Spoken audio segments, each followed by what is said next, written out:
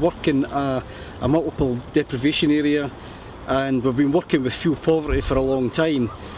We're a development trust as we are now, really around issues of poverty, and personally I worked with tenants organisations mostly, and so we're always aware of the issue of poverty. Well, our project starts right back in 2005 when the Community Council did a huge survey of the whole area and asked the residents around the open spaces what they wanted done with them. But these smaller areas, they didn't have the money to do anything with, even though people didn't want to see them changed into houses, but they would like to have seen some improvements because they were just used for bonfires or for people to tip rubbish or just covered in dog poo.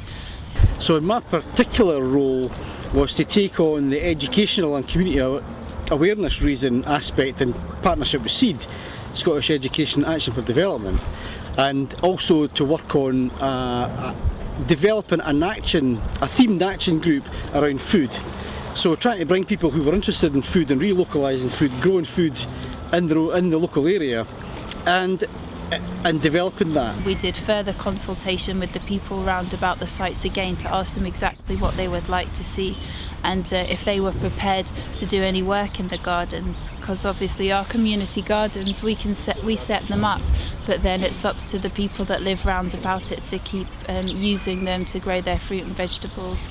When the Climate Challenge Fund came around, we went for funding. I mean, we were funding led in some sense, but we could also see that there was an opportunity there to develop the work that we had been doing around issues of fuel poverty, and thought we could develop that work into and making connections with the bigger, wider issue of climate change. Sometimes it feels like climate change is too big an issue, and I think that's what's important about the Climate Challenge Fund, is because it's getting people to realise that they can do something about climate change within their local communities, and it's not just something for governments and big companies to worry about. It's something we can all make a difference to. When you're working in a community that's a working class community that feels a bit threatened, maybe a wee bit further away from the debate around climate change and their global impact. If you're growing your own food, you're cutting down on the amount it's been transported, so that you haven't got all those transport carbon miles, and but also we grow organic here, and really because it's such a small scale, we don't need to use the pesticides and fertilisers. But people's lived experiences in a place like Muirhouse and West Piltland are that they're living in other types of environmental problems, i.e. damp housing, and when you've got mushrooms growing in your toilet or whatever, then you know you're not thinking about bigger issues such as climate change. People need money to make their ideas happen. A lot of people in the community had ideas. Well, that's why this community applied for the money, because they wanted to do something with the green spaces in their area, but they didn't have the funds to. So the Climate Challenge Fund money allowed them to do that. Well, it started off, I've been walking past it for ages, just thinking it would be really good. So there should be stuff going here. So I did have to go around a load of meetings and just tell everyone what we were doing, but in the end no one was against it. Everyone thought it was basically a good idea. One aspect of that was the Granton Community Gardens, working alongside Tom Kirby, going around the doors, knocking the doors to see about 2 underused spaces in the street. So we did a wee survey of all the people who stay round about, like in that block. All the blocks you can see for here, and just asked people if they thought it was a good idea. I think my knowledge of the way that the structures worked in the community and support that I gave them, managed to strip through the bureaucracy that's around, and also to access the land in a legitimate way. I think people are interested in the world as a whole, and there are people I speak to that are worried about climate change, and I think people are beginning to see changes in the climate from what they can remember in the past. And I guess it's something a lot of people are thinking about, like, if we're going to run out of oil and stuff, what would that mean? Well, it's oil, not a natural source. So we'll never run out. No, it's going to run out. It's because there's no new oil being made. It's all buried. Well, it takes like millions of years to make. So there's tons of it buried under the ground, but they're taking it all out. It's going to run out. I've got thoughts about like access to land, like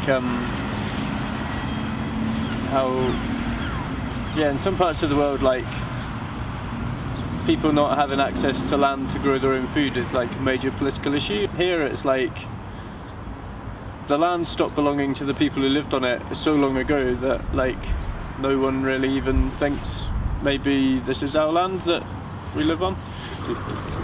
Where could you keep chickens? Back green. I mean, land nowadays is really, really expensive, and even allotment. There's lots of people who are, queuing to get a piece of land to grow their thing. And if we manage to do it, part of the community, it's not doing it just for yourself, but for everybody. And I think that's great. So I could really put chickens in my back garden. Well, and because we are a project that's split between lots of different sites, so most volunteers just come to one area or another. Yeah. People can grow not just basic fruit and veg here. We've got quite a lot of soft fruit, strawberries and raspberries and tayberries, which if you buy them in those little packets in the supermarket cost a fortune. You need somewhere to lock them up at night from foxes. It would be easy, I'll just build a fence. But the beauty of what then became a food network wasn't like the group was campaigning for issues around food in the community. It became more of a loose network of support for each other and sharing resources, sharing knowledge and helping each other out. I think the main one is trust.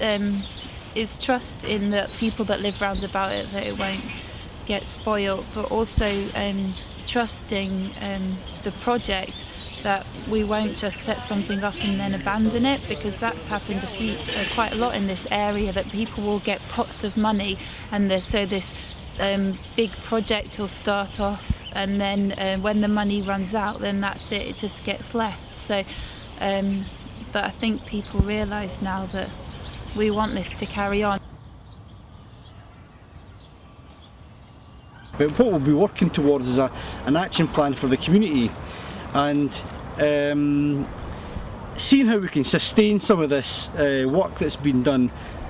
So, but I'm sure in the future there will be more and more people who want to do something in this area or their local area. This is where I grow my vegetables, so I'll still be down here digging away. No, but there's groups that are really interested and want to carry on. The cooking group is already trying to find ways that it can become self-funding. They've got ideas to produce a cooking book to sell, because they really, really want to carry on. Like, no one's paid to do anything, but it's just people who are around here have joined in and done loads of, created a really good thing. How are they going to develop and carry on? Now that'll be part of the day where we work all that out, and hopefully people will come forward with solutions to that.